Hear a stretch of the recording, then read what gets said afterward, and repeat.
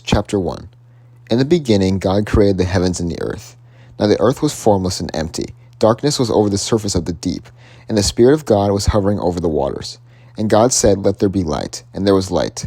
God saw that their light was good, and he separated the light from the darkness. God called the light day, and the darkness he called night. And there was evening, and there was morning, the first day. And God said, "Let there be a vault between the waters to separate water from water."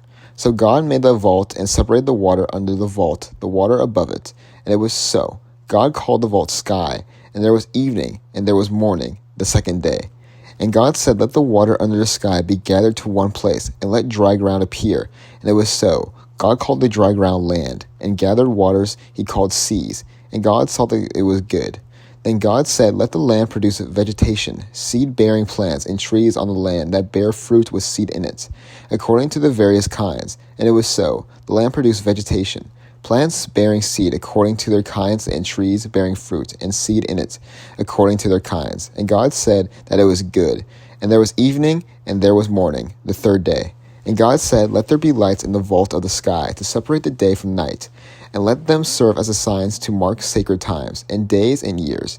And let them be lights in vaults of the sky, to give light on earth." And it was so. God made two great lights, the greater light to govern the day, and lesser light to govern the night, and also made the stars. God sat them in the vault of the sky to give light on earth, to govern the day and night, and to separate light from darkness. And God said that it was good. And there was evening, and there was morning, the fourth day. And God said, "Let the water teem with living creatures. Let birds fly above the earth across the vault of the sky." So God created the great creatures of the sea and every living thing with it, which the water teems and the moves about in it, according to their kinds, and every winged bird according to its kind. And God saw that it was good. God blessed them and said, "Be fruitful and increase in number, and fill the water in the seas, and let the birds increase on earth." And there was evening, and there was morning, the fifth day. And God said, "Let the land produce living creatures according to their kinds, the livestock, the creatures that moved along the garden, and the wild animals, each according to its kind." And it was good. So God made the wild animals according to their kinds, the livestock according to their kinds, and all the creatures that moved along the ground according to their kinds. And God said that it was good. Then God said, "Let us make mankind in our image, in our likeness, so that they may rule over the fish in the sea and the birds in the sky, over the livestock and all the wild animals, and over all the creatures that move along the ground." So God created mankind in his own image. In the image of God he created them. Male and female he created them. God blessed them and said to them, "Be fruitful and increase in number. Fill the earth and subdue it. Rule over the fish in the sea and the birds in the sky, and over every living creature that moves on the ground." Then God said, "I give you every seed-bearing plant on the face of the whole earth, and every tree that has fruit with seeds in it. They will be yours for food.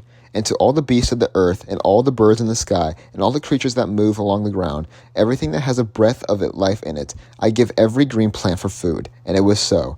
God saw that all he had made, and it was very good. And then there was evening, and there was morning, the sixth day. Chapter 2. Thus the heavens and the earth were finished in their multitude. And on the seventh day God finished the works that he had done, and rested on the seventh day for all the work that he had done.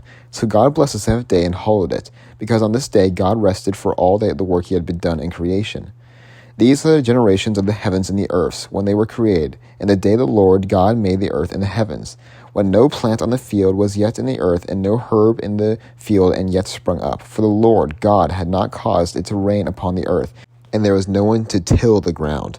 But a stream would rise from the earth, and water the whole face of the ground.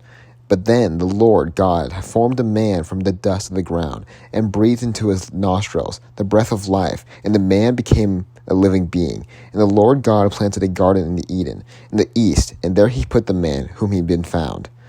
Out of the ground the Lord God made to grow every tree that is pleasant to the sight and good for food, the tree of life also in the midst of the garden, and the tree of knowledge of good and evil. A river flows out of Eden to water the garden, and from there it divides and becomes in four branches. The name of the first is Pishon. It is the one that flows around the whole land of Havilah, where there is gold, and the gold of the land that is good. Bdellium and oxon stolen on there. The name of the second river is Gihon. It is the one that flows around the whole land of Cush. The name of the third river is Tigris, which flows east of Assyria, and the fourth river is Euphrates. The Lord God took the man and put him in the Garden of Eden to till to keep it. And the Lord God commanded the man, You may freely eat of every tree of the garden, but of the tree of knowledge of good and evil you shall not eat, for in the day that you eat you shall die.